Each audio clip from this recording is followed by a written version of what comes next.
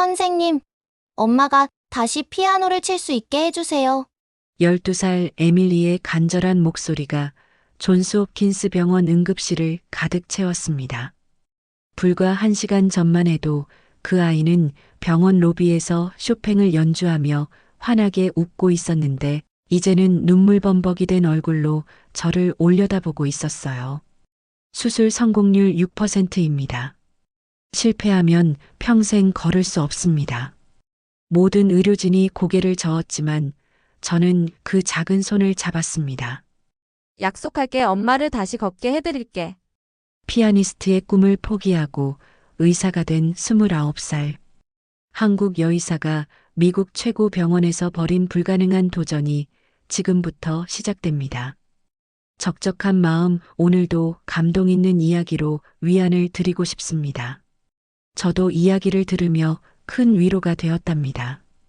오늘도 재밌게 들어주세요. 구독과 좋아요는 영상을 만드는데 큰 힘이 되며 이 이야기를 어느 지역에서 듣고 계신지 이름이나 장소를 댓글로 남겨주시면 감사한 마음으로 반갑게 인사드리러 가겠습니다. 볼티모어의 가을 오후는 유난히 쓸쓸했습니다. 병원 로비를 지나가던 저는 익숙한 멜로디에 발걸음을 멈췄어요. 누군가 피아노를 치고 있었거든요. 쇼팽의 야상곡 9번.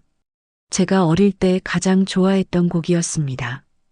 피아노 앞에 앉은 건 금발의 소녀였어요. 12살쯤 되어 보이는 아이가 어른 못지않은 실력으로 연주하고 있었습니다. 손가락이 건반 위를 흐르는 모습이 정말 아름다웠죠. 저 나이에 벌써 저런 테크닉이라니. 저도 모르게 감탄이 나왔어요. 피아니스트를 꿈꿨던 제 어린 시절이 떠올랐거든요. 곡이 끝나자 아이가 저를 보며 환하게 웃었습니다. 연주 정말 잘 들었어. 누구한테 배웠어? 고마워요. 엄마가 가르쳐 주셔요. 이 곡은 엄마가 제일 좋아하는 곡이거든요. 아이의 발음이 또렷하고 자신감 넘쳤어요. 확실히 음악을 하는 집안 아이 같았습니다. 엄마도 피아니스트세요? 네. 엄마는 음악 선생님이세요. 줄리아드 출신이시거든요.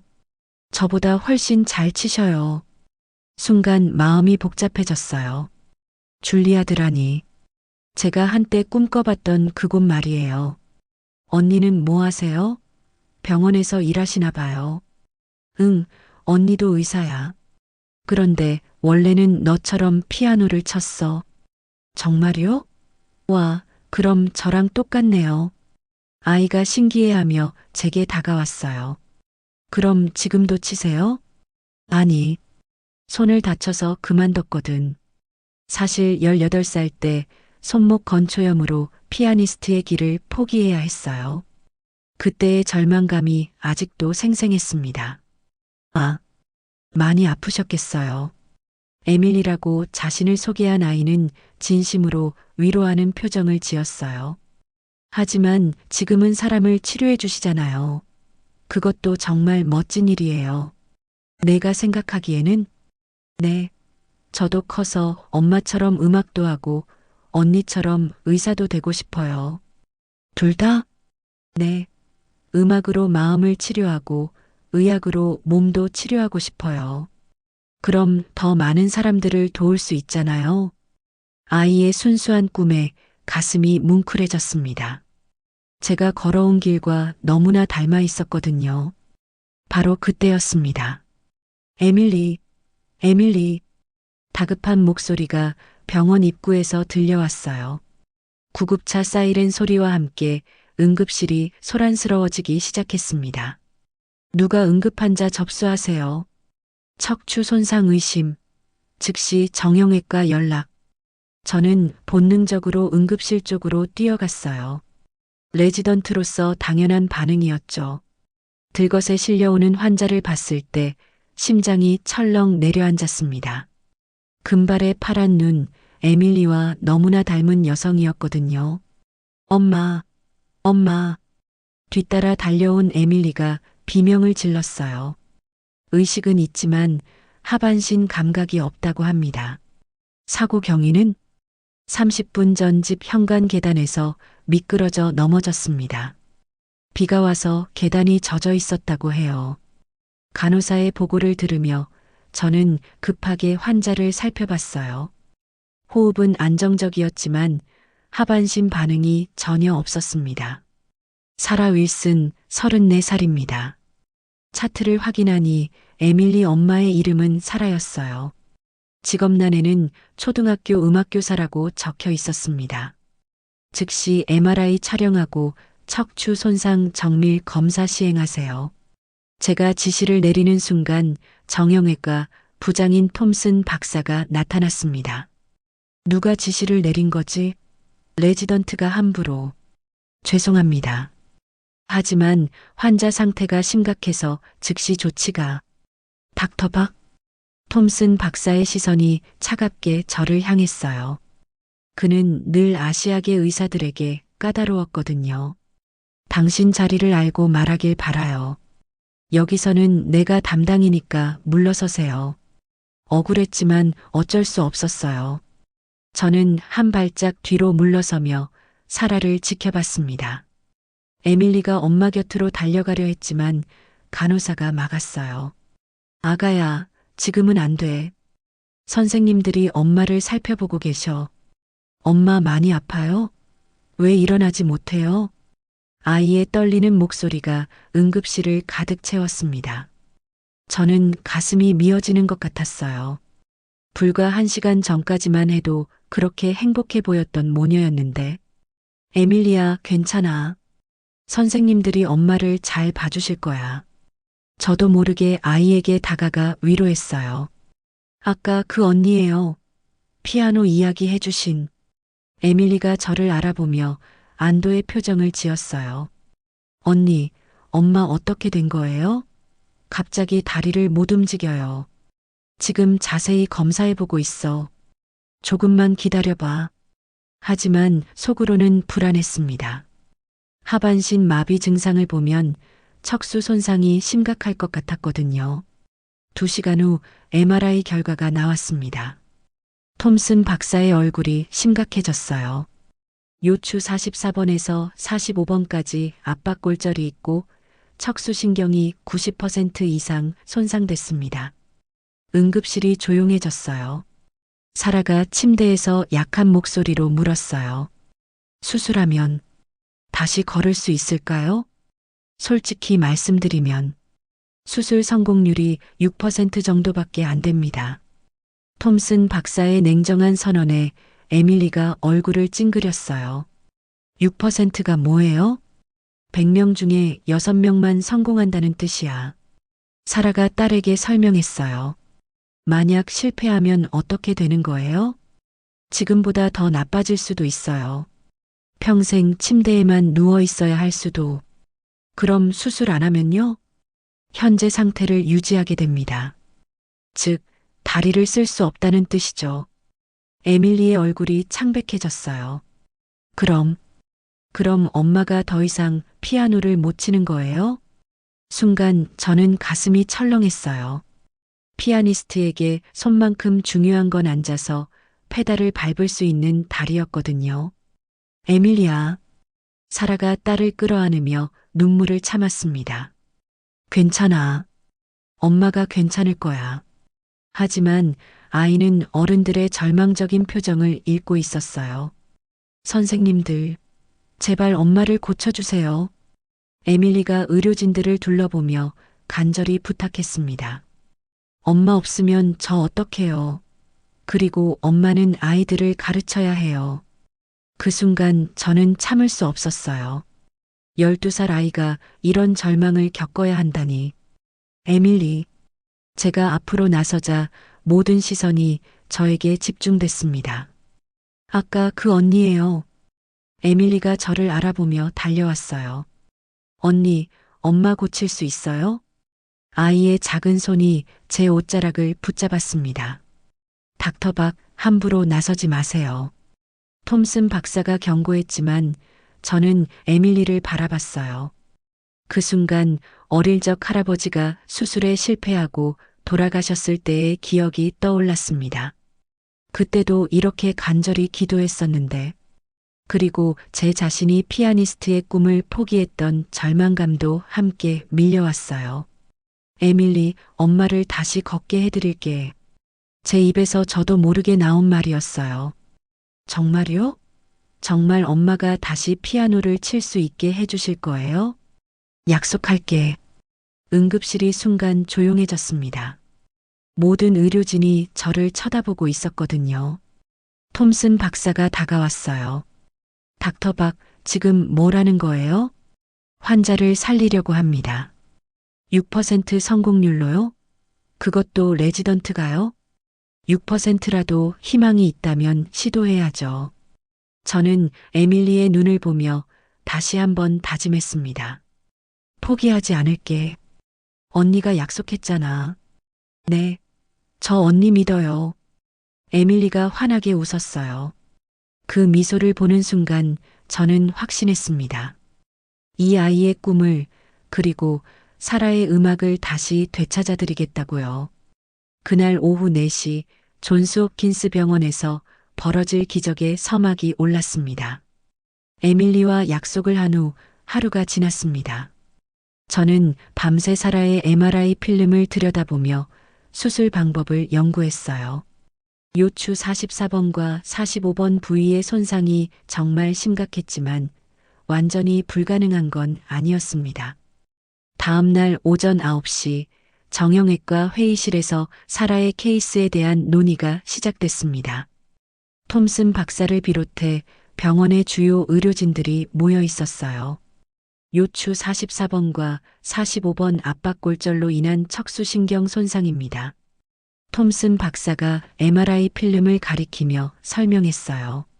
보시다시피 신경 손상이 심각합니다. 정상 기능의 10% 정도밖에 남아있지 않네요. 다른 의료진들도 고개를 저었습니다. 이 정도 손상이면 수술해봤자 의미가 없지 않나요? 신경외과 브라운 박사가 말했어요. 환자 나이도 고려해야 하죠. 34살인데 실패하면 평생을 휠체어에서 보내야 해요. 저는 조용히 앉아서 그들의 대화를 들었습니다. 마음이 답답했어요. 모든 사람이 이미 포기하고 있었거든요. 닥터 박은 어떻게 생각하나요? 갑자기 톰슨 박사가 저에게 물었어요. 함정 질문 같은 느낌이었습니다. 저는 시도해 볼 만하다고 생각합니다. 근거가 있나요? 한국에서 비슷한 케이스를 연구한 적이 있습니다. 미세신경 재건술을 이용하면 충분히 가능성이. 닥터 박? 톰슨 박사가 제 말을 끊었어요. 한국 의학이 미국과 같다고 생각하세요? 여기는 존스 홉킨스예요.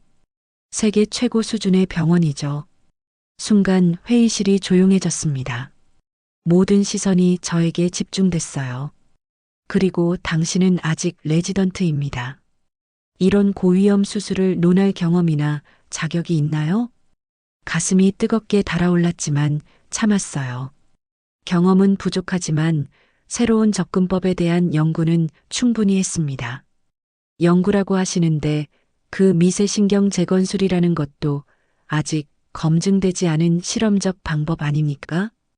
이론적으로는 충분히 가능합니다.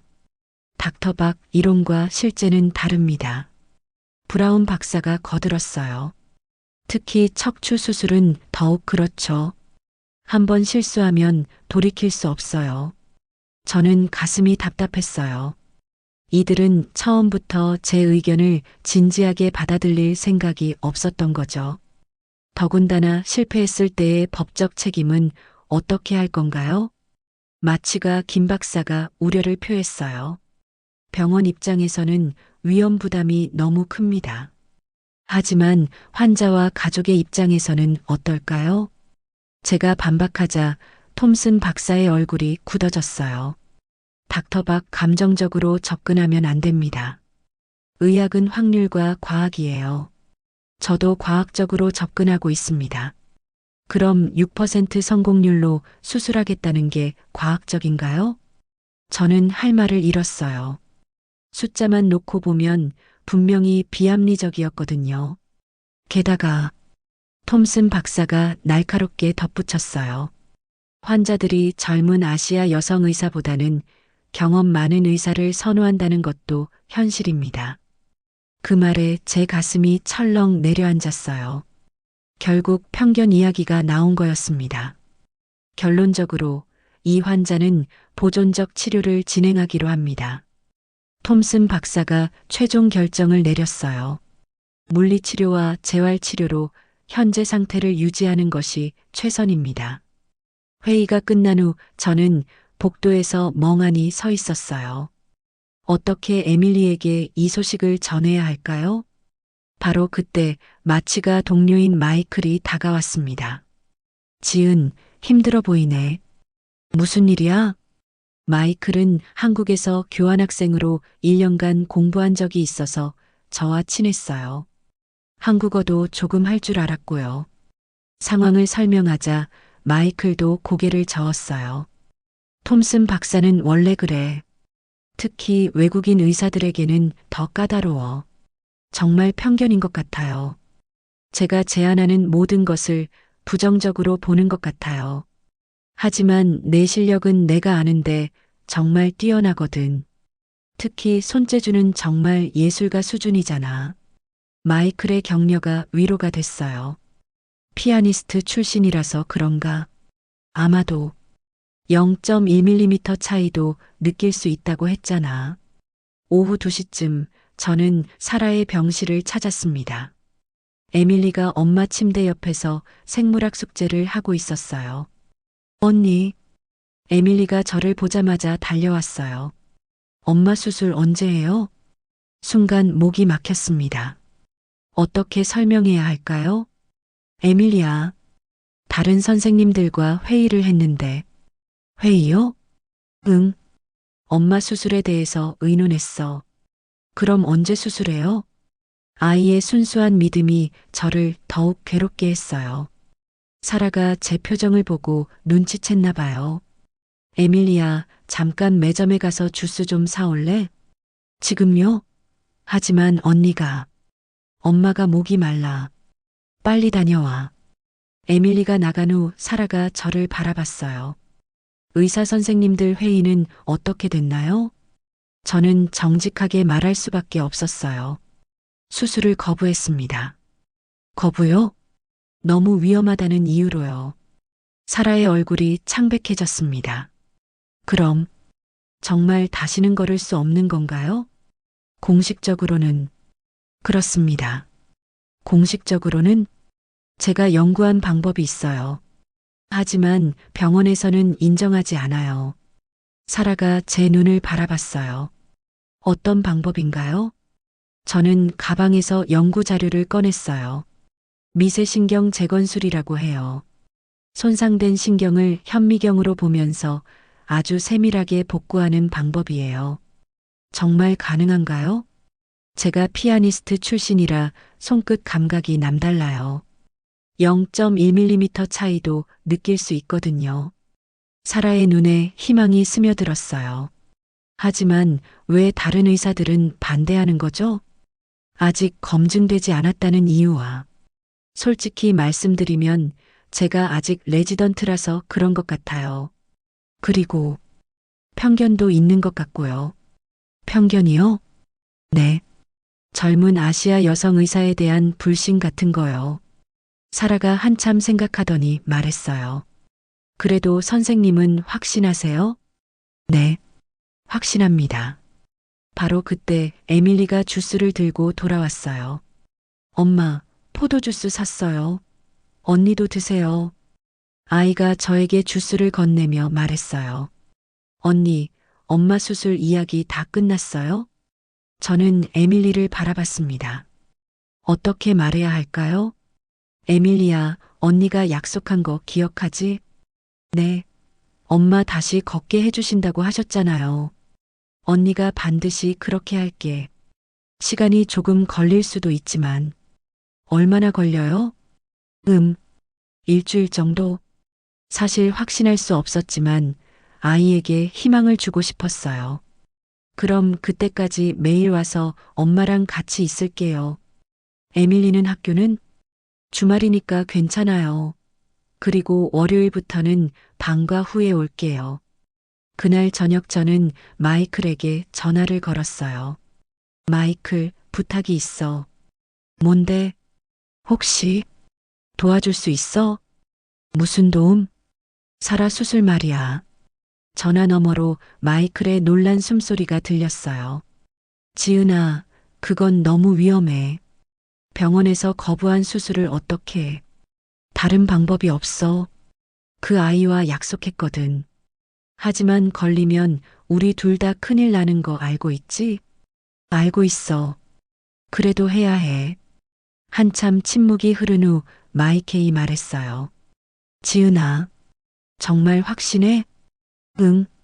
그 엄마는 음악교사야. 줄리아드 출신이고, 아이는 의사가 되고 싶어 하고, 그게 왜 중요한데? 나랑 같아. 음악을 포기하고 의학을 택한 거. 아, 그 아이의 꿈을, 그리고 엄마의 음악을 포기하게 할 수는 없어. 마이클이 긴 한숨을 쉬었어요. 알겠어. 도와줄게. 하지만 정말 조심해야 해. 그날 밤 저는 잠들 수 없었어요. 창밖으로는 가을비가 내리고 있었습니다. 제가 과연 옳은 선택을 하고 있는 걸까요? 하지만 에밀리의 그 순수한 믿음을, 그리고 사라의 간절한 바람을 저버릴 수는 없었어요. 피아니스트의 꿈을 포기했던 그때의 절망감을 다시는 누구에게도 주고 싶지 않았거든요. 사라와 에밀리에게 희망을 주겠다고 다짐한 지 이틀이 지났습니다. 저는 밤마다 연구 자료를 뒤져가며 미세신경 재건술의 가능성을 점검하고 있었어요. 하지만 마음 한편으로는 두려움도 있었습니다. 만약 실패한다면 어떻게 될까요? 그날 밤 저는 기숙사 책상 앞에 앉아 사라의 MRI 필름을 다시 한번 자세히 들여다봤어요. 요추 44번과 45번 부위의 손상이 정말 심각했지만 완전히 절망적이지는 않았습니다. 창밖으로는 가을비가 부슬부슬 내리고 있었어요. 볼티모어의 밤은 유난히 쓸쓸했습니다. 그때 문득 오래된 기억이 떠올랐습니다. 제가 12살이었을 때의 일이었어요. 할아버지가 갑자기 허리를 다치셔서 서울 대병원에 입원하게 됐거든요. 지은아, 할아버지 괜찮아지실 거야? 물론이지. 우리 할아버지 힘이 세시잖아. 아버지가 저를 안심시켜 주셨지만 어린 마음에도 상황이 심각하다는 걸 알 수 있었어요. 수술 전날 밤 할아버지가 저를 병실로 불러서 말씀하셨어요. 지은아, 할아버지가 만약 걷지 못하게 되면 어떻게 할까? 그런 일 없을 거예요. 선생님이 잘 고쳐주실 거예요. 그래도 만약에 말이야. 할아버지의 눈빛이 슬퍼 보였어요. 그래도 할아버지는 할아버지예요. 저는 할아버지를 사랑해요. 그때 할아버지가 제 머리를 쓰다듬으시며 미소 지으셨어요. 우리 지은이가 참 착하구나. 그런데 지은아. 네. 너는 커서 뭐가 되고 싶니? 피아니스트요. 할아버지가 좋아하시는 쇼팽도 쳐드리고 싶어요. 그래. 우리 지은이 꿈 꼭 이루렴. 할아버지가 응원할게. 하지만 수술은 실패했습니다. 의사 선생님들이 모든 노력을 했지만 할아버지는 하반신을 쓸 수 없게 되셨어요. 더 심각한 건 감염으로 인한 합병증이었습니다. 죄송합니다. 최선을 다했지만 예상치 못한 합병증이. 담당 의사의 사과를 듣는 아버지의 뒷모습이 아직도 생생해요. 할아버지는 그 후로 많이 우울해하셨습니다. 평생 건강하게 사셨던 분이 갑자기 침대에만 누워 계셔야 했거든요. 지은아, 할아버지가 쓸모없게 됐네. 그런 말씀 마세요. 할아버지는 제가 제일 사랑하는 사람이에요. 지은아, 할아버지 대신 꼭 훌륭한 사람이 되렴. 사람들을 도우는 사람이 되어라. 하지만 할아버지의 마음은 이미 많이 상해 있었어요. 결국 할아버지는 1년 후에 돌아가셨습니다. 몸의 고통보다는 마음의 고통이 더 컸던 것 같아요. 그때 저는 다짐했어요. 언젠가 할아버지 같은 환자들을 꼭 고쳐드리겠다고요. 다음 날 오전 저는 사라의 병실을 찾았습니다.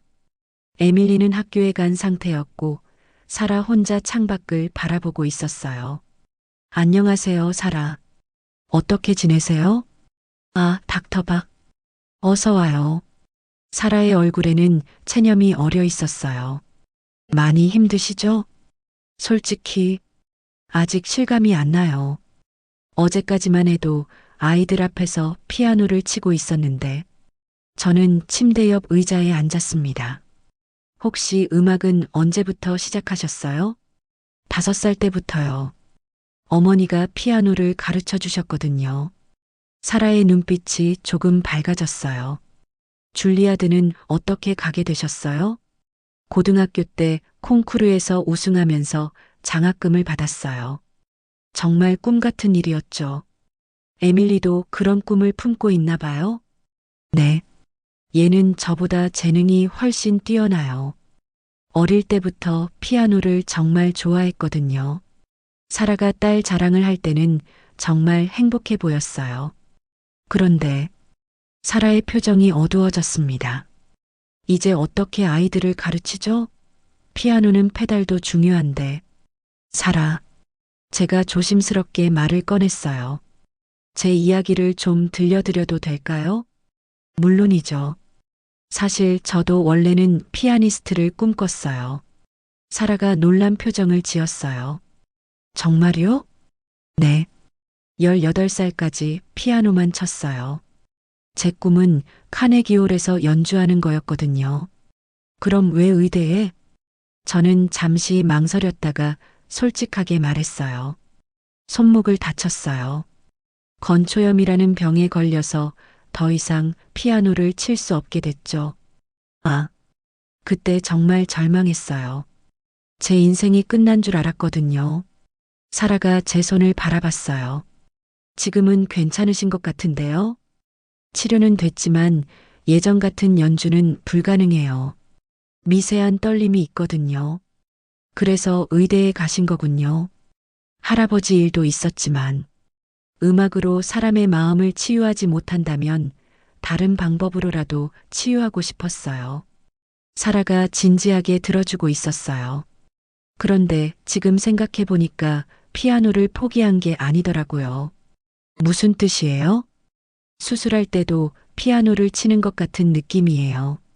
정밀한 손놀림, 완벽한 타이밍. 모든 게 비슷해요. 저는 제 손을 들어 보였어요. 피아니스트는 0.1mm 차이도 느낄 수 있어요. 그게 지금 수술할 때 큰 도움이 되고 있고요. 정말 신기하네요. 사라, 제가 확신하는 이유가 바로 그거예요. 어떤 뜻인가요? 저는 음악과 의학이 다르지 않다고 생각해요. 둘 다 사람을 치유하는 거니까요. 사라의 눈에 눈물이 맺혔어요. 선생님, 정말 저를 다시 걷게 해주실 수 있나요? 네. 약속드려요. 바로 그때 에밀리가 학교에서 돌아왔어요. 엄마, 언니. 아이가 저를 보고 환하게 웃으며 달려왔습니다. 언니, 오늘도 오셨네요. 응. 에밀리, 학교는 어땠어? 오늘 생물 시간에 신경에 대해 배웠어요. 진짜 신기하더라고요. 12살 아이치고는 놀라울 정도로 똑똑했어요. 어떤 걸 배웠는데? 신경은 전기신호로 정보를 전달한다는 거요. 그래서 뇌에서 다리까지 명령을 보낼 수 있는 거래요. 맞아. 정말 잘 알고 있네. 그럼 엄마 신경도 고칠 수 있는 거죠? 전선처럼 다시 연결하면 되잖아요. 에밀리의 순수한 이해에 저는 감동했어요. 비슷해. 하지만 훨씬 더 정교한 작업이 필요하지. 언니는 할 수 있어요. 언니는 피아노도 치시잖아요. 에밀리가 어떻게 알았지? 엄마가 말해주셨어요. 음악하는 사람은 손이 정말 정교하다고 하시더라고요. 저는 사라와 에밀리를 번갈아 봤어요. 이 가족을 실망시킬 수는 없었습니다. 에밀리야, 언니가 약속할게. 뭐요? 엄마를 꼭 다시 걷게 해드릴게. 그리고 피아노도 다시 칠 수 있게 해드릴게. 정말요? 진짜 약속이에요? 진짜 약속이야. 하지만 에밀리도 약속해줘야 해. 뭐요? 엄마 수술하는 동안 용감하게 기다려주기. 그리고 의사가 되고 싶다는 꿈 포기하지 않기. 네. 저는 언니처럼 음악도 하고 의사도 될 거예요. 그래. 음악으로 마음을 치료하고 의학으로 몸도 치료하는 거지. 네. 완벽해요. 그날 밤 저는 한국에 계신 할머니께 전화를 걸었어요. 할머니, 저예요. 지은이에요. 어머, 지은아. 왜 이렇게 늦게? 거기 시간으로는 새벽 아니야? 할머니, 할아버지 이야기 좀 해주실 수 있어요? 할머니의 목소리가 잠시 멈췄어요. 갑자기 왜? 제가 지금 할아버지와 비슷한 환자를 치료하고 있어요. 그런데 잘 안 되고 있어서. 지은아, 할아버지는 내가 의사가 되는 걸 정말 자랑스러워 하셨어. 하지만 할아버지는 수술 실패로. 그건 아무도 탓할 수 없는 일이었어. 할아버지도 그걸 아셨고, 할머니의 목소리가 따뜻했어요. 할아버지가 마지막에 뭐라고 하셨는지 아니? 뭐라고 하셨는데요? 지은이가 나 같은 환자를 꼭 살려주길 바란다고 하셨어. 그래서 더 좋은 의사가 되어달라고. 정말요? 할아버지가 지켜보고 계실 거야. 포기하지 마라, 지은아. 전화를 끊고 나서 저는 눈물을 흘렸어요. 할아버지의 마지막 바람을 이제야 제대로 이해한 것 같았거든요. 그리고 결심했습니다. 할아버지의 한을 풀어드리고 사라와 에밀리의 꿈을 되찾아드리겠다고요. 피아니스트의 정교한 손끝으로 할아버지의 유언을 가슴에 품고 저는 불가능에 도전하기로 했습니다. 사라와 에밀리에게 희망을 약속한 지 닷새가 지났습니다. 그 사이 저는 비밀리에 수술 계획을 세우고 있었지만 곧 더 큰 벽에 부딪히게 되었어요. 오전 10시 병원장실로 호출을 받았습니다. 들어오세요, 닥터 박. 존스 홉킨스 병원장인 닥터 화이트가 심각한 표정으로 저를 맞이했어요. 그 옆에는 톰슨 박사와 간호부장도 앉아 있었습니다. 앉으세요. 저는 가슴이 두근거렸어요. 뭔가 들킨 것 같았거든요. 사라 윌슨 환자 건으로 이야기가 있습니다. 역시 그 일이었네요. 들으니까 환자 가족에게 수술을 약속했다면서요? 네, 그렇습니다. 무슨 권한으로 그런 약속을 한 거죠? 병원장의 목소리가 차가웠어요. 환자 가족이 절망하고 있어서. 닥터 박, 톰슨 박사가 제 말을 끊었습니다. 우리가 이미 회의에서 결정했잖아요. 이 케이스는 너무 위험하다고요. 하지만 6%라도 가능성이 있지 않습니까? 그리고 또 다른 문제가 있어요. 간호부장이 조심스럽게 말을 꺼냈어요. 환자들과 가족들로부터 불만이 들어오고 있습니다. 어떤 불만인가요? 영어 발음이 완벽하지 않아서 의사소통이 어렵다는 의견이나 아시아 의학이 미국과 다를 거라는 우려들이에요. 가슴이 철렁 내려앉았어요. 특히 나이 든 환자들이 젊은 아시아 여성 의사보다는 경험 많은 의사를 선호하는 경향이 강해요. 하지만 제 영어 실력이나 의학 지식에는 문제가 없습니다. 물론 당신의 실력은 인정해요. 병원장이 말했어요. 하지만 환자들의 신뢰를 얻는 것도 중요한 문제거든요.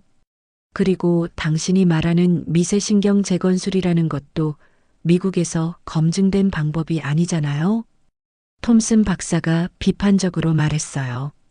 한국 방식이 여기서 통할 거라고 생각해요? 저는 가방에서 연구 자료를 꺼냈어요. 이 방법의 이론적 근거는 충분히 탄탄합니다. 그리고 제가 피아니스트 출신이라 손끝 감각이. 닥터 박, 병원장이 제 말을 막았어요. 당신 혼자의 문제가 아니에요. 만약 수술이 실패하면 병원 전체가 법적 책임을 져야 해요. 그럼 제가 개인적으로 책임지면 어떨까요? 뭐라고요? 모든 법적 책임을 제가 지겠습니다. 병원에는 피해가 가지 않도록 하고요. 병원장과 톰슨 박사가 서로를 바라봤어요. 닥터 박, 그런 식으로는 안 됩니다. 왜 안 되나요? 당신 혼자 감당할 수 있는 일이 아니에요. 게다가 병원 시설을 사용하는 한 우리도 책임에서 자유로울 수 없거든요. 하지만 그 아이는 어떻게 하나요? 제 목소리가 높아졌어요. 12살짜리 아이가 엄마를 믿고 기다리고 있어요. 그 아이의 꿈은 어떻게 하라는 거예요? 닥터 박, 감정적으로 접근하지 마세요. 톰슨 박사가 차갑게 말했습니다. 의학은 감정이 아니라 과학이에요. 하지만 의사라면 환자를 끝까지 포기하면 안 되는 거 아닌가요? 현실을 인정하는 것도 의사의 덕목입니다. 결국 예상했던 결론이 나왔어요. 최종 결정입니다. 사라 윌슨 환자의 수술은 절대 허가하지 않겠습니다. 그리고 병원장이 경고조로 말했어요. 더 이상 이 문제에 개입하지 마세요. 환자 가족에게도 더 이상 희망을 주지 마시고요. 만약 제 말을 듣지 않으면 레지던트 과정에서 제외시킬 수도 있습니다. 병원장의 마지막 통보였어요. 병원장실을 나온 저는 복도에서 한참 서 있었습니다.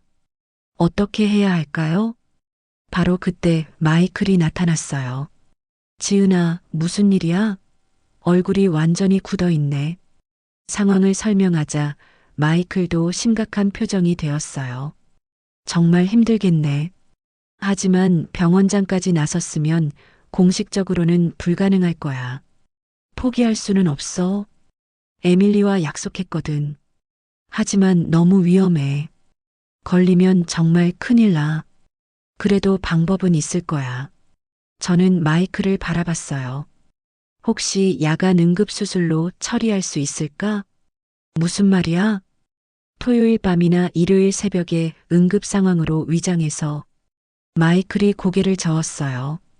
그건 너무 위험해. 9시간짜리 척추 수술을 응급 충수절 제술로 속인다고? 말이 안 돼. 그럼 다른 방법은?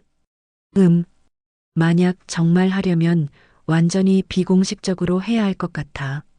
비공식적으로? 주말 야간에 수술실을 빌려서. 하지만 이건 정말 위험한 일이야. 오후 4시쯤 저는 다시 사라의 병실을 찾았습니다. 에밀리가 학교에서 돌아와서 엄마 옆에서 생물학 숙제를 하고 있었어요. 언니, 에밀리가 저를 보고 환하게 웃었어요.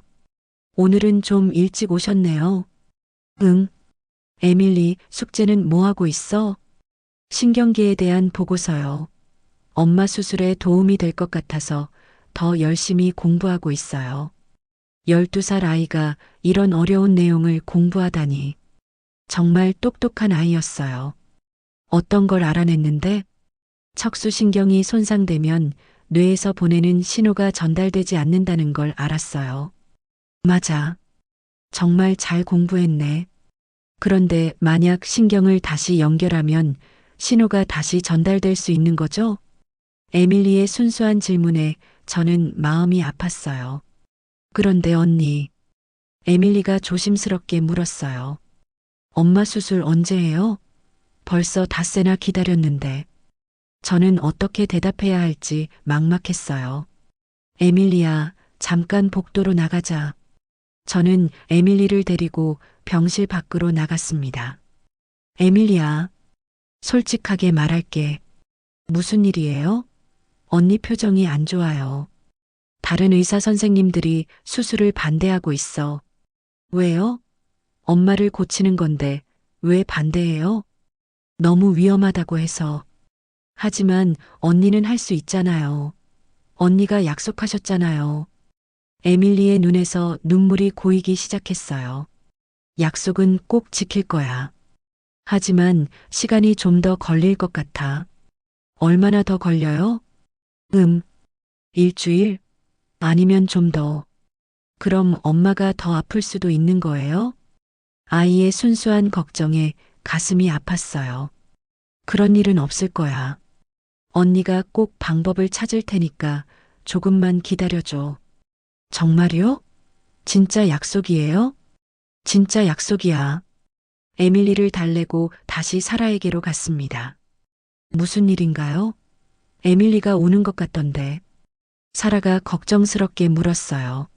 사라, 솔직하게 말씀드릴게요. 저는 병원 측의 최종 결정을 모두 설명해 드렸어요. 그럼 정말 수술 못하는 건가요? 사라의 목소리가 떨렸어요. 공식적으로는 그렇습니다. 공식적으로는 제가 다른 방법을 생각하고 있어요. 사라가 제 눈을 바라봤어요. 혹시 위험한 방법인가요? 네.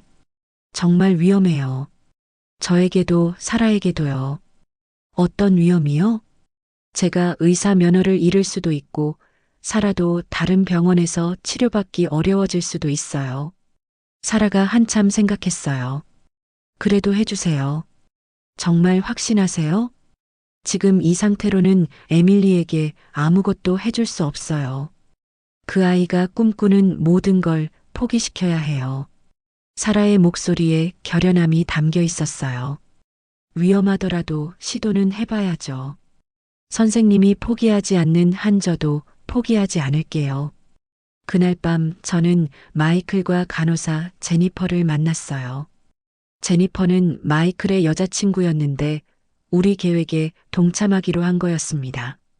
정말 미친 짓이야. 제니퍼가 한숨을 쉬었어요.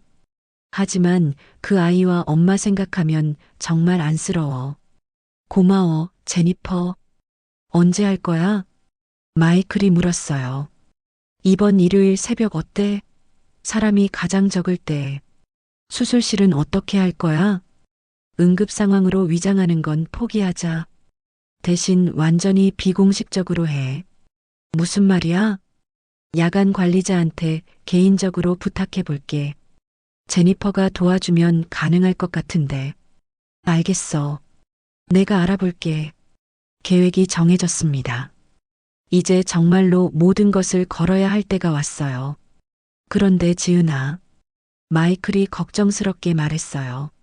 정말 확신해? 이번에 실패하면 돌이킬 수 없어. 확신해.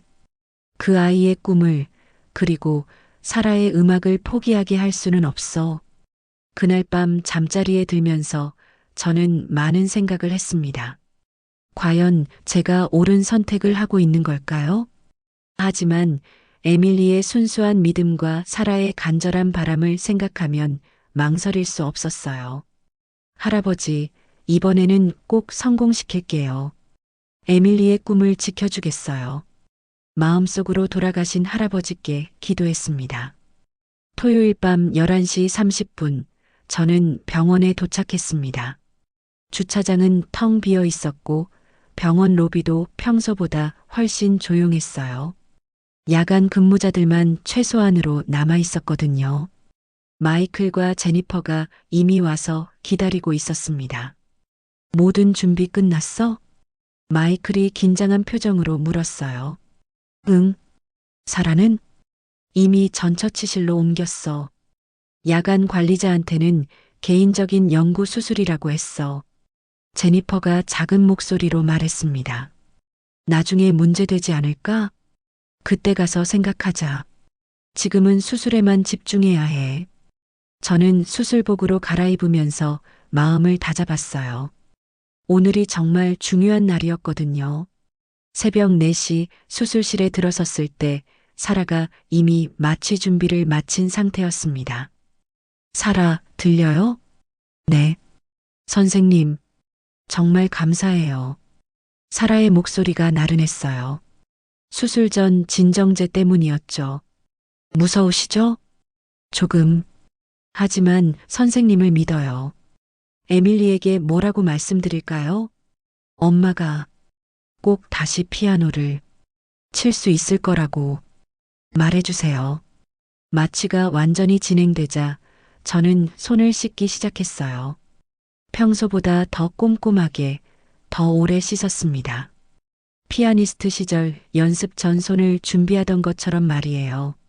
거울에 비친 제 모습을 봤어요. 긴장되지만 결연한 표정이었습니다. 할 수 있어. 피아노 칠 때처럼 정확하게.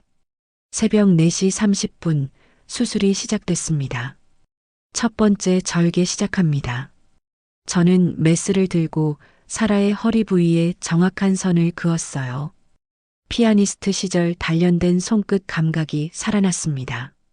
쇼팽의 에튜드를 연주할 때처럼 0.1mm도 틀리지 않게 말이에요. 출혈량 정말 최소네요. 제니퍼가 놀라며 보고했어요. 손놀림이 정말 정교해요.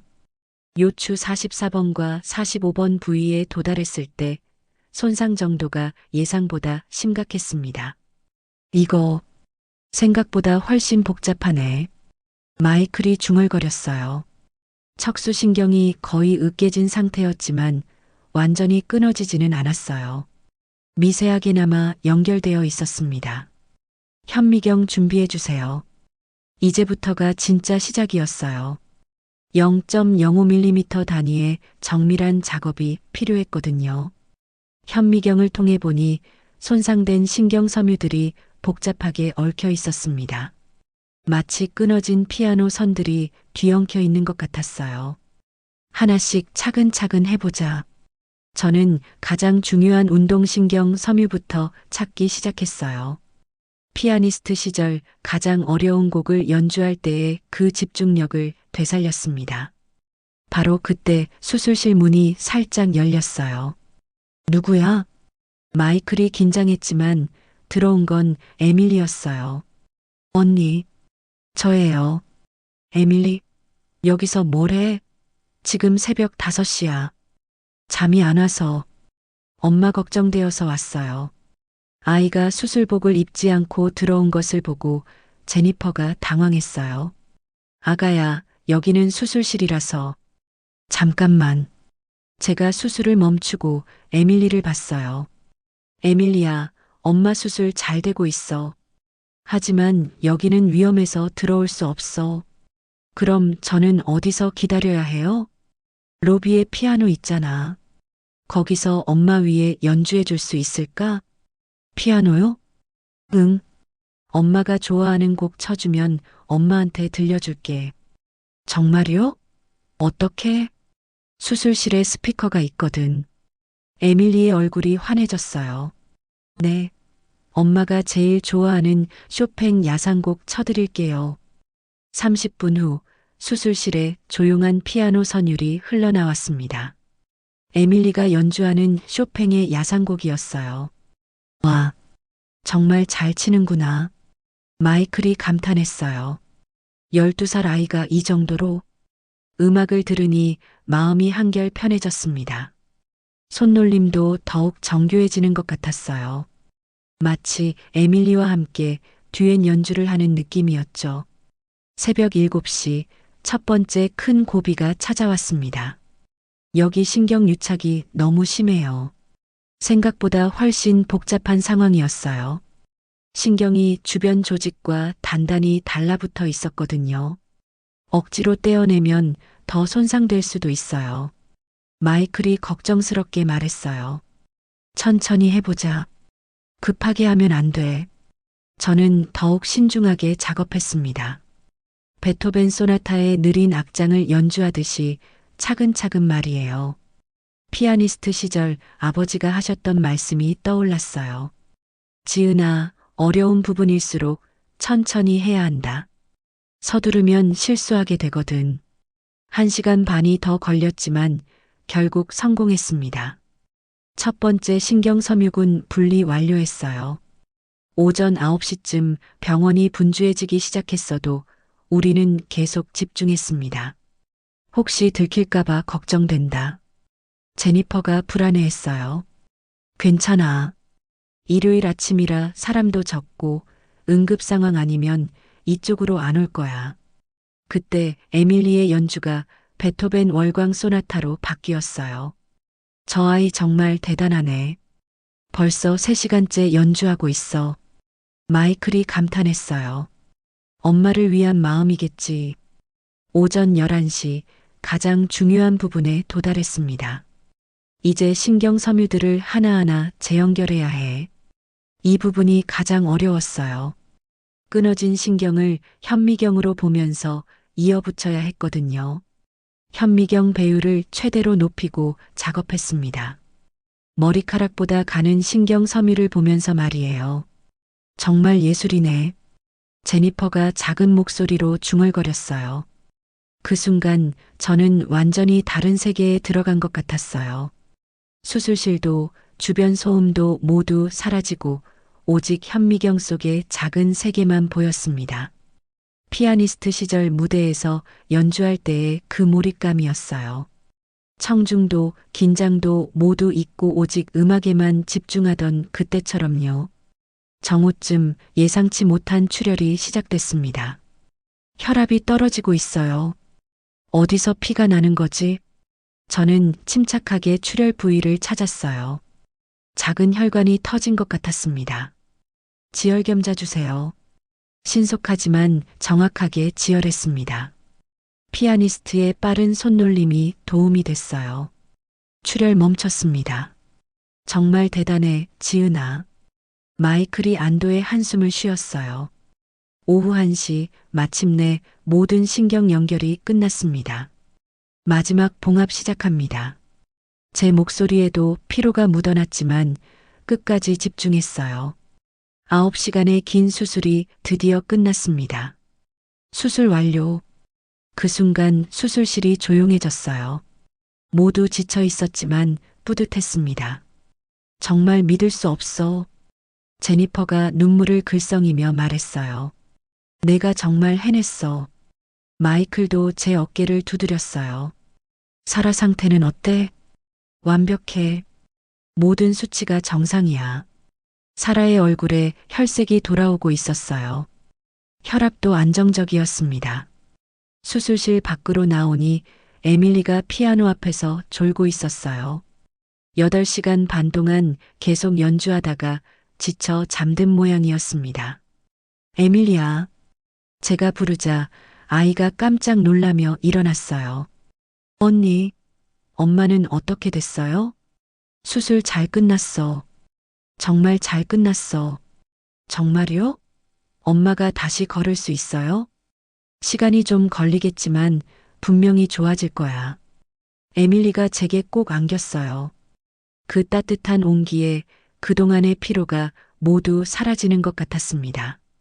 언니, 제가 피아노 열심히 쳐드렸어요. 들었어. 정말 고마웠어. 언니가 수술할 때 큰 힘이 됐어. 정말이요? 정말이야. 엄마도 분명히 들었을 거야. 그날 오후 사라가 깨어났을 때 첫 번째로 한 말이 기적이었어요.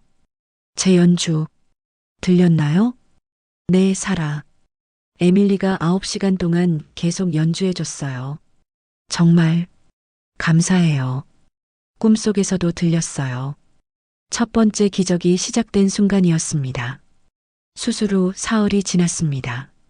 저는 매일 아침 7시마다 중환자실에서 사라의 상태를 확인하고 있었어요.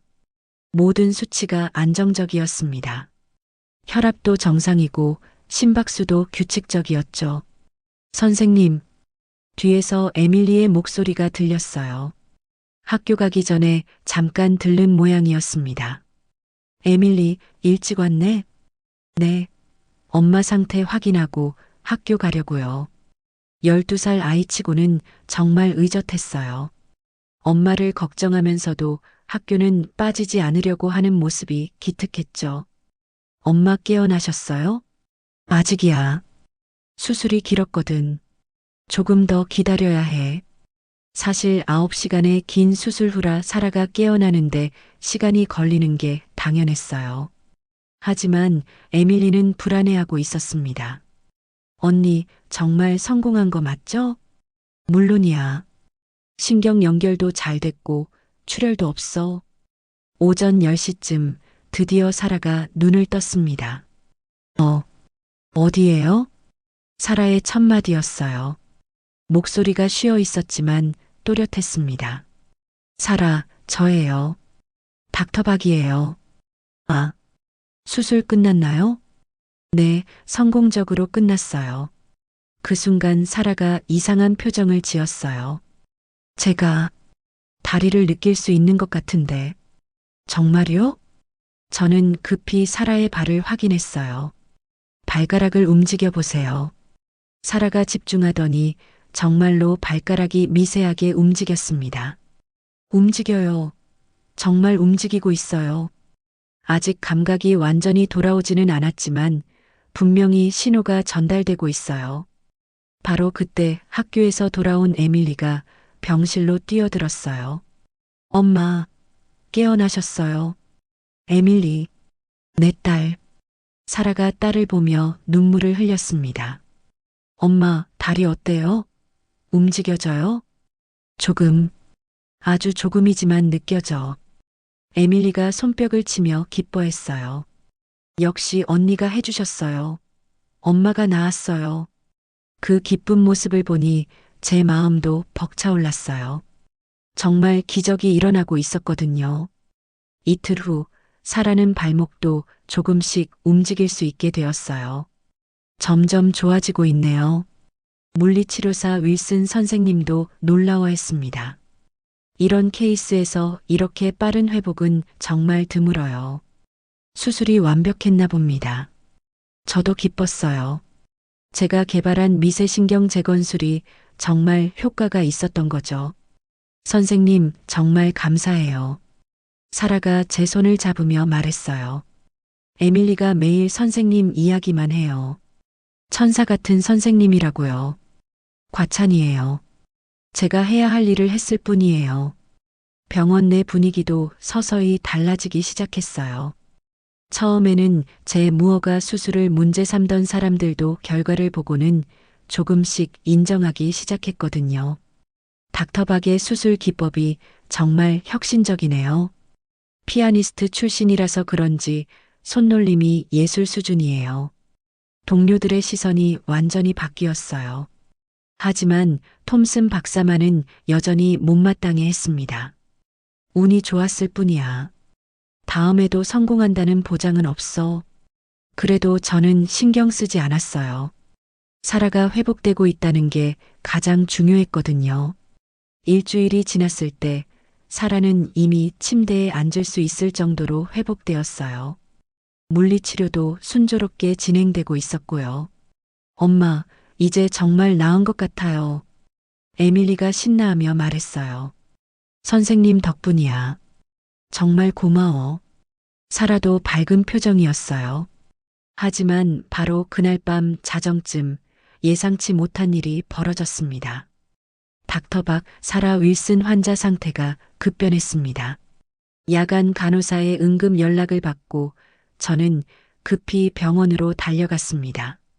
도착해보니 사라가 심한 고열에 시달리고 있었어요. 체온이 39도 5분까지 올라갔어요. 간호사가 보고했어요. 언제부터 이랬나요? 2시간 전부터 갑자기요. 오한도 심하고요. 저는 사라를 살펴봤어요. 수술 부위 주변이 빨갛게 부어 있었습니다. 수술 부위 감염이에요. 제 말에 간호사들이 긴장했어요. 즉시 항생제 투여하고 혈액 검사 시행하세요. 하지만 더 심각한 문제가 있었어요. 다리 감각이 다시 없어졌어요. 사라가 울먹이며 말했어요. 어제까지 움직였는데 지금은 전혀 느껴지지 않아요. 제 가슴이 철렁 내려앉았어요. 감염으로 인한 염증이 신경을 압박하고 있는 거였습니다. MRI 촬영 즉시 해주세요. 30분 후 결과가 나왔습니다. 제가 가장 두려워했던 일이 일어난 거였어요. 수술 부위에 염증이 생기면서 신경 주변이 다시 부어올라 있었어요. 게다가 부분적인 유착까지 생긴 상태였습니다. 이건 어떻게 된 거죠? 새벽 1시에 연락을 받고 온 마이클이 MRI를 보며 말했어요. 수술 후 감염성 합병증이에요. 드물지만 일어날 수 있는 일이죠. 저는 솔직하게 말할 수밖에 없었어요. 치료할 수 있어? 항생제 치료만으로는 한계가 있을 것 같아요. 그럼 어떻게 해야 해? 재수술을 해야 할 것 같아요. 재수술? 마이클의 얼굴이 창백해졌어요. 하지만 이번에는 더 위험해. 이미 한 번 수술한 부위라서 염증과 유착을 제거하는 것도 쉽지 않고 성공률은 솔직히 3%도 안 될 것 같아. 3%? 첫 번째 수술의 6% 성공률보다도 훨씬 낮은 확률이었어요. 새벽 5시 에밀리가 할머니와 함께 급히 병원에 왔어요. 언니, 엄마가 왜 다시 아파요? 아이의 불안한 표정을 보니 마음이 찢어지는 것 같았어요. 에밀리야, 엄마가 조금 열이 나셔서 감염이죠? 제가 생물 시간에 배웠어요. 12살 아이치고는 정말 똑똑했어요. 그럼 항생제 먹으면 나아요? 조금 더 복잡해. 어떻게 설명해야 할지 막막했어요. 혹시 또 수술해야 해요? 에밀리가 걱정스럽게 물었어요. 그럴 수도 있어. 그럼 이번에도 나아지는 거죠? 지난번처럼요. 아이의 순수한 믿음이 오히려 저를 더 괴롭게 했어요. 에밀리야, 이번에는 좀 더 어려울 수도 있어. 왜요? 언니가 약속하셨잖아요. 에밀리의 목소리가 높아졌어요. 약속은 지킬 거야. 하지만 시간이 더 걸릴 수도 있어. 그래도 엄마 다시 걷게 해주실 거죠? 저는 대답하기가 어려웠어요. 이번에는 정말 확신할 수 없었거든요. 최선을 다할게. 오전 8시 톰슨 박사가 저를 찾아왔어요. 맞지? 내가 뭐라고 했나? 그의 말투에는 그럴 줄 알았다는 식의 냉소가 담겨 있었어요. 이래서 검증되지 않은 수술은 위험한 거야. 하지만 한 번은 성공했잖아요. 그게 다가 아니지. 합병증까지 고려해야 하는 거야. 그럼 이제 어떻게 하나요? 글쎄, 이번에는 누가 책임질 건가? 톰슨 박사의 비꼬는 목소리였어요. 저는 주먹을 꽉 쥐었어요. 하지만 화를 낼 상황이 아니었습니다. 도와주시면 안 될까요? 내가, 왜? 환자를 위해서요. 닥터박, 이번에는 정말 불가능해. 3% 성공률로 누가 수술하겠어? 그렇게 말하고는 돌아서서 나가버렸어요. 저는 혼자 남아서 사라의 MRI를 다시 봤어요. 정말 어려운 상황이었습니다. 하지만 포기할 수는 없었어요. 에밀리와 약속했잖아요. 그때 문득 할아버지의 목소리가 들리는 것 같았어요. 지은아, 포기하지 마라. 끝까지 해보는 거야. 그날 밤 저는 다시 마이클과 제니퍼를 만났어요. 정말 또 할 거야? 제니퍼가 걱정스럽게 물었어요. 이번에는 더 위험해. 실패하면 정말 돌이킬 수 없어? 알고 있어. 하지만 해야 해. 확신해? 마이클이 진지하게 물었어요. 확신은 안 서. 하지만 시도는 해봐야지. 이번에 걸리면 정말 큰일 나는 거 알고 있지? 알고 있어. 저는 창밖을 바라봤어요. 가을밤이 깊어가고 있었습니다. 그래도 해야 해. 에밀리의 꿈을, 그리고 할아버지의 유언을 지켜야 해. 3%의 기적을 만들어야 할 두 번째 도전이 기다리고 있었어요. 사라의 재수술을 결심한 지 나흘이 지났습니다. 그 사이 사라의 상태는 점점 악화되고 있었어요. 염증이 더 심해지면서 다리 감각이 완전히 사라진 상태였습니다. 언니, 엄마 상태가 왜 이렇게 안 좋아져요? 에밀리가 병실에서 울먹이며 물었어요. 벌써 사흘째 학교도 제대로 가지 못하고 병원에만 있었습니다. 감염 때문이야. 하지만 곧 좋아질 거야. 정말요? 언니가 또 수술해 주시는 거죠? 그래, 언니가 꼭 해줄게. 하지만 속으로는 확신이 서지 않았어요. 3% 성공률이라는 게 얼마나 절망적인 숫자인지 잘 알고 있었거든요. 오전 10시쯤 예상치 못한 일이 벌어졌습니다. 닥터박, 톰슨 박사가 제게 다가왔어요. 평소보다 표정이 진지했습니다. 잠깐 얘기 좀 하죠. 저는 긴장하며 그를 따라갔어요. 또 혼날 일이 생긴 건 아닐까 싶었거든요.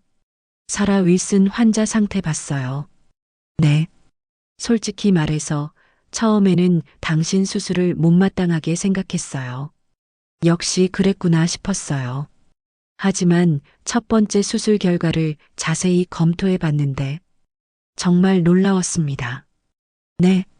당신의 미세신경 재건술, 이론적으로만 가능하다고 생각했는데 실제로 성공하는 걸 보니 인정할 수밖에 없더군요. 저는 믿을 수 없었어요. 그 톰슨 박사가 제 실력을 인정한다는 뜻이었거든요. 물론 지금 합병증이 생긴 건 안타깝지만 그건 어떤 수술에서든 일어날 수 있는 일이죠. 정말 그렇게 생각하세요? 그래서 제안이 있어요. 톰슨 박사가 멈춰서서 제 눈을 바라봤어요. 이번 재수술 제가 도와드릴까요? 정말요? 다만 조건이 있어요. 역시 조건이 있을 줄 알았어요. 이번에는 공식적으로 진행합시다. 병원의 승인을 받고 정식 의료팀을 구성해서요. 하지만 병원장님이 허락하실까요? 제가 설득해 볼게요. 첫 번째 수술 결과가 워낙 인상적이었거든요. 그날 오후 정말로 기적 같은 일이 일어났습니다. 닥터박, 이리 와요. 화이트 병원장이 저를 불렀어요. 톰슨 박사와 몇 명의 다른 의료진도 함께 있었습니다. 재수술 건으로 회의했습니다. 저는 가슴이 두근거렸어요. 결론부터 말씀드리면 이번 재수술을 공식적으로 허가하겠습니다. 정말요? 첫 번째 수술에서 보여준 혁신적인 기법이 정말 인상적이었어요. 비록 합병증이 생겼지만 그것까지 포함해서 의학 발전에 기여할 수 있을 것 같습니다. 너무 기뻐서 눈물이 날 것 같았어요. 감사합니다. 대신 조건이 있어요. 역시 조건이 있었네요. 톰슨 박사가 지도위로 참여하고 전국에서 온 의료진들이 견학할 수 있도록 해주세요. 견학이요? 네. 당신의 기법에 대한 관심이 정말 많거든요. 하버드 의대, 메이오, 클리닉, 심지어 캐나다에서도 의료진이 오고 싶어 해요. 부담스러웠지만 거절할 수 없었어요. 좋습니다. 하겠습니다. 이틀 후인 금요일 오전 9시 재수술 날이 왔습니다. 수술실 견학석에는 전국 각지에서 온 의사들로 가득했어요. 심지어 의대 교수들과 해외 의료진까지 참관하러 왔습니다. 긴장되지 않아? 마이클이 걱정스럽게 물었어요. 조금. 하지만 할 수 있어. 이번에는 톰슨 박사도 함께 하니까 더 안전할 거야. 수술 전에 저는 에밀리를 만났어요. 언니, 정말 엄마 나아질 거죠? 그럼. 이번에는 더 많은 선생님들이 도와주실 거야. 그럼 더 안전한 거네요. 맞아. 그런데 에밀리야. 네. 이번에도 피아노 연주해 줄 수 있어? 물론이죠. 엄마가 제일 좋아하는 곡들 계속 쳐드릴게요. 오전 9시 30분, 드디어 재수술이 시작됐습니다. 관찰하시는 모든 분들께 감사드립니다. 톰슨 박사가 견학석을 향해 인사했어요. 오늘은 정말 혁신적인 미세신경 재건술의 응용 사례를 함께 보시게 될 겁니다. 저는 손을 떨지 않으려고 노력했어요. 수십 명의 의사들이 지켜보고 있었거든요. 닥터박, 시작해보세요. 첫 번째 절개 시작합니다. 이번에는 이전보다 더 조심스럽게 접근해야 했어요. 염증과 유착이 심했거든요. 정말 정교한 손놀림이네요. 견학석에서 감탄사가 들렸어요. 역시 피아니스트 출신답습니다. 바로 그때 수술실에 조용한 피아노 선율이 흘러나왔어요. 에밀리가 연주하는 소리였습니다. 아, 환자 딸이 연주하는군요. 톰슨 박사가 미소 지으며 말했어요. 음악이 수술에 도움이 되나요? 견학석에서 누군가 물었어요. 네. 집중력에 큰 도움이 됩니다. 저는 대답하면서 작업을 계속했어요. 손상된 부위에 도달했을 때 상황은 예상보다 더 심각했습니다. 염증으로 인한 유착이 첫 번째 수술 부위 전체를 덮고 있었어요. 이거 정말 복잡하네요. 톰슨 박사도 걱정스러운 표정이었습니다. 하지만 불가능하지는 않아요. 저는 현미경 배율을 더 높였어요. 더욱 정밀한 작업이 필요했거든요. 염증 조직을 하나씩 제거하면서 신경을 찾아보겠습니다. 가장 어려운 부분이었어요. 조금이라도 실수하면 신경이 완전히 손상될 수 있었거든요. 그때 에밀리의 연주가 베토벤 월광 소나타로 바뀌었어요. 음악을 들으니 마음이 한결 편해졌습니다. 마치 에밀리와 함께 이 어려운 과정을 헤쳐나가는 느낌이었어요. 오후 1시, 드디어 염증 조직 제거가 끝났습니다. 이제 재연결 작업을 시작하겠습니다. 이번에는 더욱 정밀한 작업이 필요했어요. 한번 손상된 신경을 다시 연결하는 것은 정말 어려운 일이었거든요. 정말 예술 같네요. 견학석에서 누군가 중얼거렸어요. 저런 세밀한 작업이 가능한 건가요? 피아니스트의 손이니까 가능한 거겠죠. 저는 모든 잡념을 떨쳐내고 오직 현미경 속의 작은 세계에만 집중했어요. 오후 4시 가장 중요한 순간이 왔습니다. 마지막 신경 연결 작업입니다. 모든 사람이 숨을 죽이고 지켜봤어요. 머리카락보다 가는 신경 섬유를 현미경으로 보면서 조심스럽게 이어붙였습니다. 성공입니다. 제 선언의 견학석에서 박수가 터져 나왔어요. 정말 대단합니다. 이런 고난도 수술은 처음 봐요. 오후 6시 모든 수술이 끝났습니다. 수술 완료했습니다. 10시간의 긴 수술이었지만 성공적으로 끝났어요. 정말 훌륭했어요. 닥터 박. 톰슨 박사가 제 어깨를 두드렸어요. 처음에 당신을 의심한 제가 부끄럽네요. 견학석의 의사들도 기립박수를 보냈어요. 이런 혁신적인 수술을 직접 볼 수 있어서 영광이었습니다. 우리 병원에서도 이 기법을 도입하고 싶습니다. 수술실을 나오니 에밀리가 피아노 앞에서 기다리고 있었어요. 10시간 동안 계속 연주하느라 손가락이 빨갛게 부어 있었습니다. 언니, 어떻게 됐어요? 성공했어.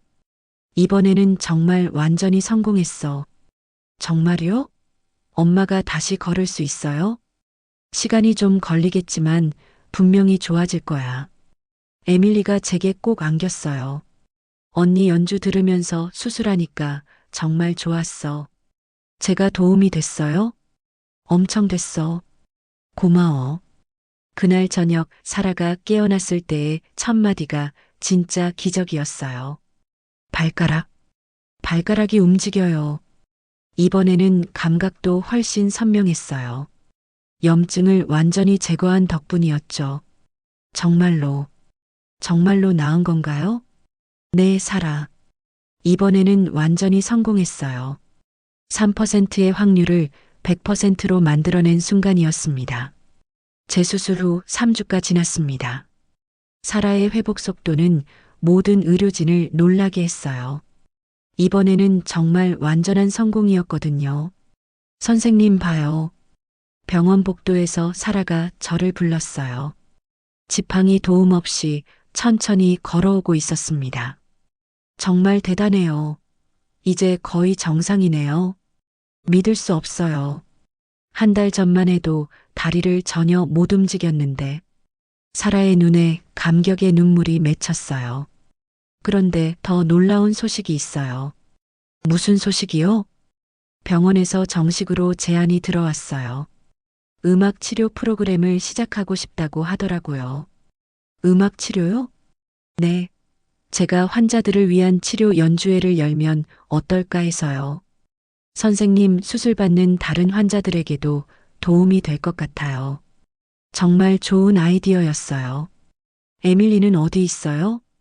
피아노실에서 연습하고 있어요. 요즘 연습량이 정말 늘었거든요. 저희는 함께 음악실로 향했습니다. 문을 열자마자 아름다운 선율이 들려왔어요. 에밀리가 쇼팽의 발라드 1번을 연주하고 있었는데 실력이 눈에 띄게 늘어 있었습니다. 우와, 정말 늘었네요. 제가 감탄하자 곡이 끝나고 에밀리가 저희를 발견했어요. 엄마, 언니, 아이가 달려와서 사라를 꽉 안았습니다. 엄마, 이제 정말 완전히 나은 거죠? 그럼, 이제 엄마가 너한테 피아노도 다시 가르쳐 줄 수 있어. 그런데 저 결정한 게 또 있어요. 에밀리가 진지한 표정으로 말했어요. 뭘 결정했는데? 저는 꼭 언니 같은 의사가 될 거예요. 의사? 네. 그런데 음악도 계속할 거예요. 언니가 말씀하셨잖아요. 음악과 의학이 둘 다 사람을 치유한다고요. 저는 가슴이 뭉클했어요. 제가 어릴 때 품었던 꿈과 똑같았거든요. 정말 좋은 꿈이네. 언니가 꼭 응원할게. 그런데 언니는 이제 피아노 다시 안 치세요?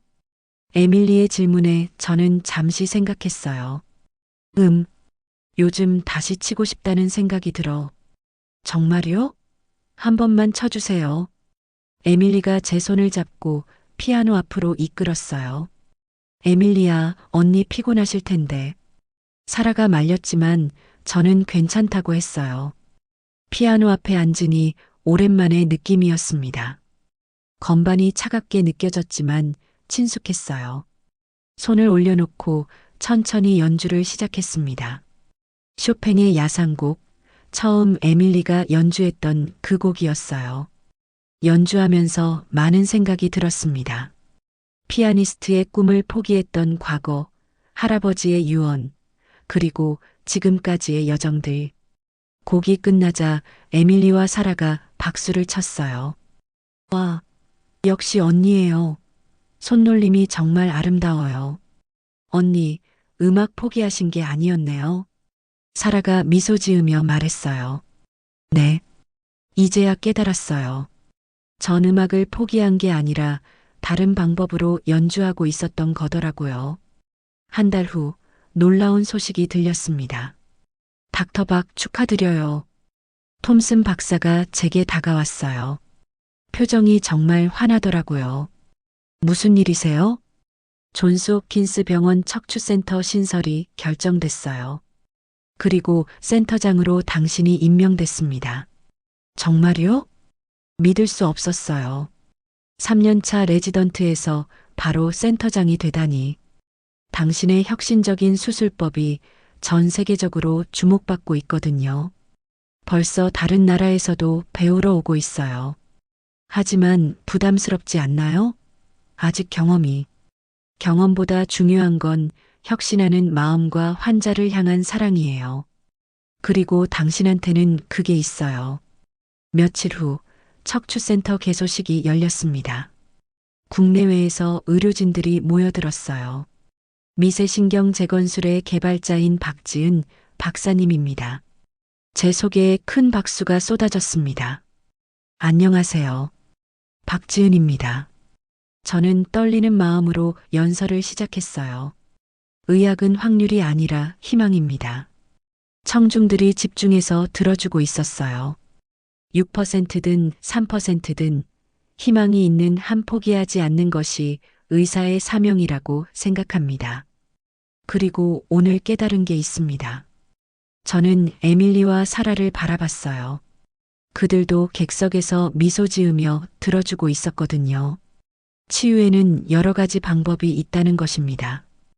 때로는 메스로, 때로는 음악으로, 때로는 따뜻한 마음으로도 기적은 일어날 수 있어요.